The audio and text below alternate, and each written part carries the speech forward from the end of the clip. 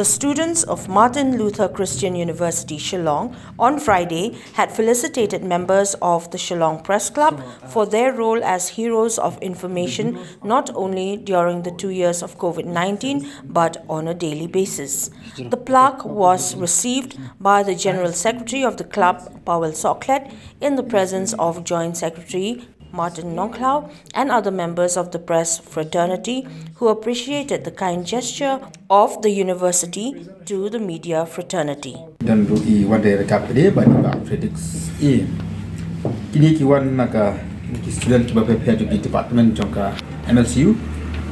but mi sukmen ba kiwan ni ban facility ni ma kawena hai kemat ki diwan ni ban mo man appreciate ya ka ika kam jingi bangira le kam tame ba covid ni karong related covid